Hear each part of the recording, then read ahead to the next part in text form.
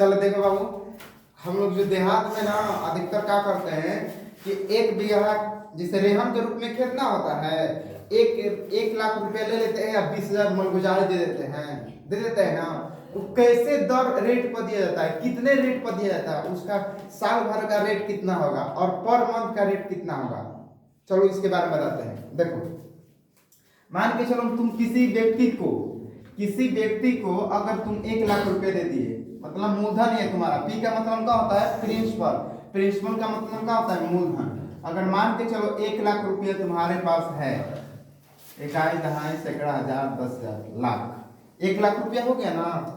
तुम क्या किए कि साल भर के लिए, 1 साल के लिए टाइम दिए, या 1 साल में 1 वर्ष लिख लो बाबू, 1 वर्ष।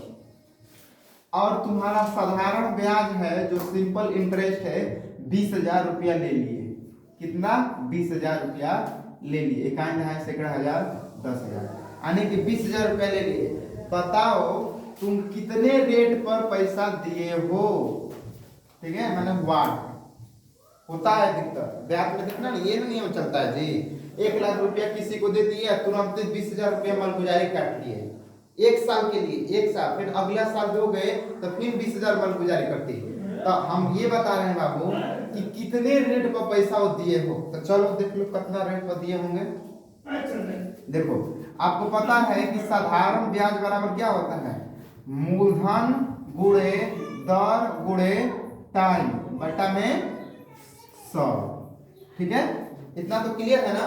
अब देखो आप पैसा देते फिर कितना ब्याज ले लिए हो, 20,000 रुपया ना। 20,000 लिख दो यहाँ पर, 1 2 3 4 को जीरो हो गया। अब देखो ध्यान से, तुम्हारा रेट मूलधन कितना था शुरुआत में, मूलधन कितना है 1 लाख रुपया, यहाँ पर 1 लाख रुपया, 1 2 3 4 5, ठीक है। दर कितना है बाबू, दौरे तो निकालना है ना, दौरे निकालना है। टाइम कितना दिया है 1 वर्ष,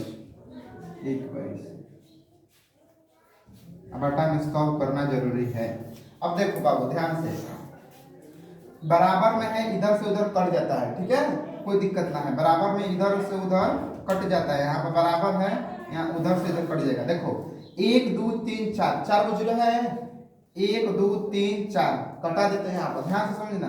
1 गो तो 1 गो, फिर 1 गो तो 1 तो 1 तो 1 निपट गया ना। अब देखना ध्यान से बाबू, एक और जीरो कटा दो, 0 से 0 खत्म हो गया। मैं क्या कहता है, तुम हमारे साथ कितना भी छेड़खानी कर लो, हमारा मान में कोई परिवर्तन नहीं होना चाहिए। देखो बचल क्या है बाबू, ध्यान से सुनना, ये 2 बचल है बराबर, ऊपर का बचल आर में 1 ले गुणा करेंगे तो क्या होगा, आर ना होगा, अब बटा में कितना है 10। तो तिरछा तिरछी गुणा कर लो, तो इसमें गुणा कर लो, कुछ नहीं तो 1 बाकी ना बचेगी, तो तिरछा तिरछी गुणा करोगे तो कितना होगा 20, आर बराबर कितना होगा 20। चूंकि लिख देंगे आर बराबर 20%, कितना हो गया 20%, समझेंगे ना। हम लोग जो 1 साल पर देते हैं, हमारा रेट कितना हो गया, दर 20% होगा। ये बाबू 1 साल के है, ठीक है। अगर पर मंथ के ज्ञात करना होगा तो क्या करेंगे, इसमें 12 से भाग कर देंगे, क्योंकि 1 साल में कितना महीना होता है 12 होता है ना। तो यहाँ पर रेट, ये तुम्हारा दर ओरिजिनल निकल गया, लेकिन ये साल भर का है, कितने साल भर का है बाबू। तो यहाँ पर अगर 1 मंथ पे चाहिए, पर मंथ यहाँ पर लिख लेना 1 मंथ, 1 महीना, प्रति महीना लिख लो, बढ़िया रहेगा, प्रति महीना दर।